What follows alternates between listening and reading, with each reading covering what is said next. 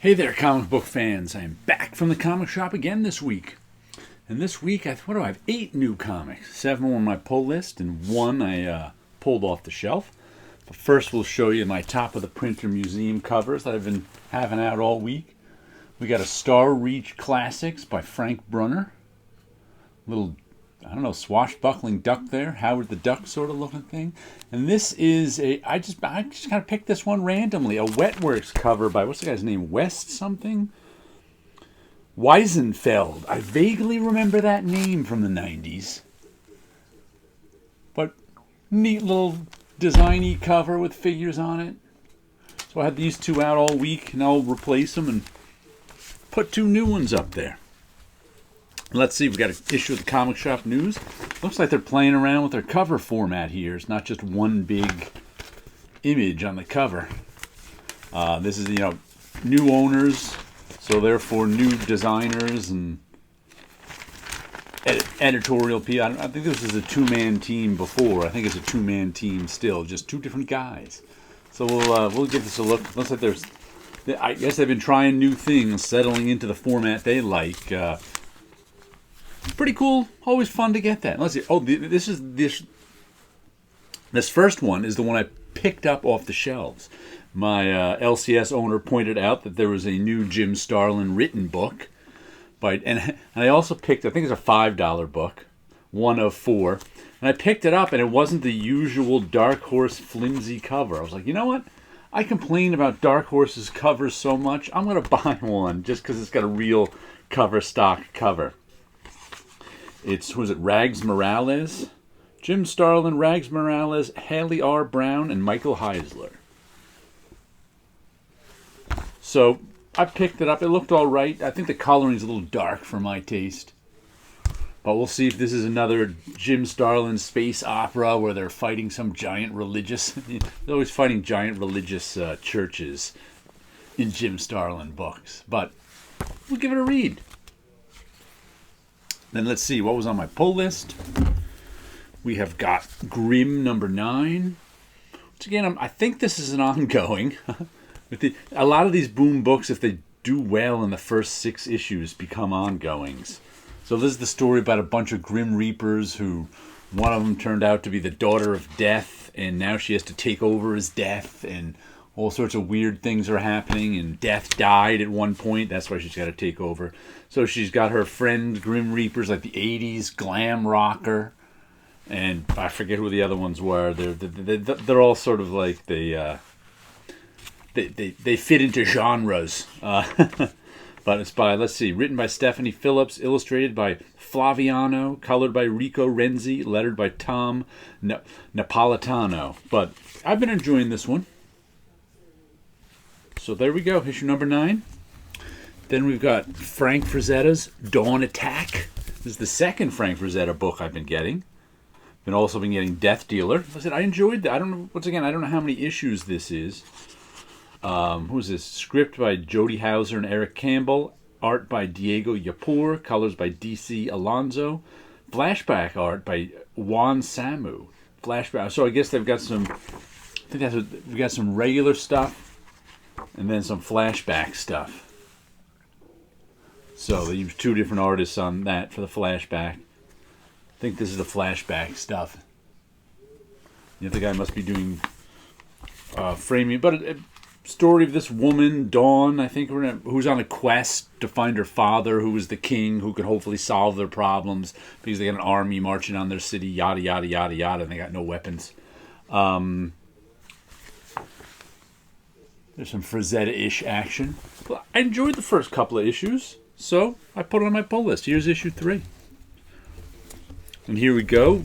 Damn Them All, issue 6. Once again, I think this is one from Boom, that I just saw was now an ongoing. I think it was originally supposed to be a mini, but I didn't know that until they said it was now an ongoing.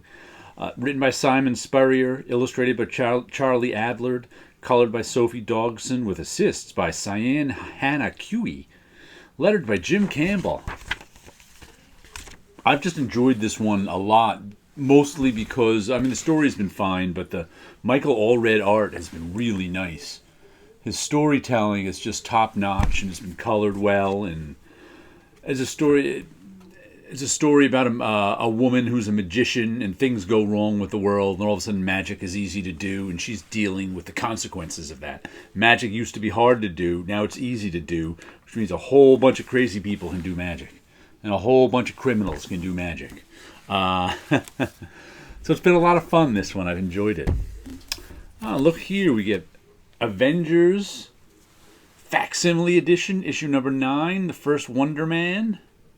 And, I think it was the first Kang, issue number 8, that I got like last month. So imagine getting all the event. That's why I think they should just reprint the whole, the whole Spider-Man series in facsimile editions. I'd buy one a month. There's some Marvel stuff that came out that month. Just your basic Avengers comic from the 60s. I enjoy these facsimile editions. Let's see, what else do we have? We've got Plush number 5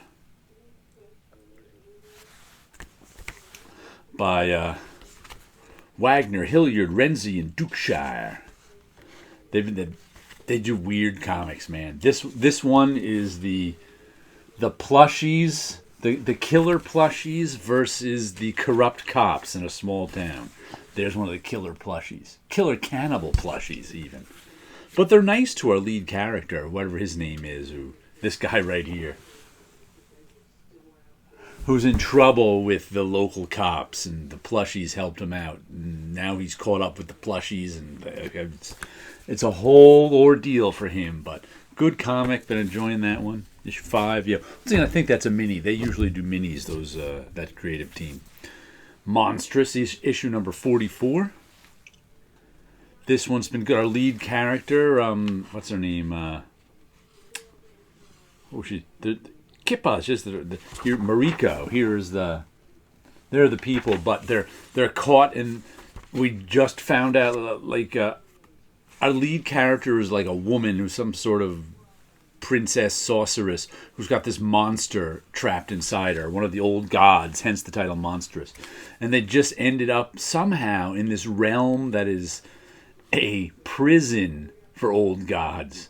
So now the old god is like on the outside and she's on the inside, and everybody in this prison planet hates that god, hates the monster that's inside her, because he's one of the ones who helped put him there. So we'll see what happens with this time. But there's a little monster for you. But 44 issues in, enjoying this one. Here's our last thing, is a first issue named Pop Scars. I'm not sure what this is about. Covered by Santini Gillian. But this cover reminds me of Daniel Clowes. I think that's what first attracted me to it. I can't remember. It's created, written, and produced by Pat O'Malley. Okay. Then there's guys who did the logos and the editor. So I'm going to kill my dad. I cannot remember what this is about. Who puts it out? Sumerian. Don't they usually do the smaller books? Let's see. Do they have some of the smaller books back here? I don't remember. I guess that's some of their other books. But I just liked the cover, and I think I may have flipped it open and saw some of the art inside. At preview time. But it was that cover, that Dan Clowes-like cover, that sold me this one. I think I only put the first issue on my pull list. If I like it, I'll put more. Like, is it that? There she is again. I have no idea what it's about. We'll have to see. Now let me show you a little of my work. I have got another Dreams of Things cover. What is this? Issue 178. Here's the one I just inked yesterday, too. 181 I inked yesterday. I left a lot of room in that one for color, so it's gonna be a lot of color filling in. So sometimes I do a lot with the inks, sometimes I don't. I leave it open for color. Like this one, I did a lot with the inks. There's a lot of lines in there, ink lines in there. Well, that color looks nice and bright on the screen I'm looking at. It actually looks brighter than it does in real life. Those purples do. I find purples are the hardest to work with, color-wise, but they look good on screen. But this is just some strange figure standing in some strange landscape, walking the edges of the dream world to whisper things in our ears. I can almost hear what she's saying. If only I could. There you go. A Dreams of Things cover. Some comic books. And you guys have a good week out there.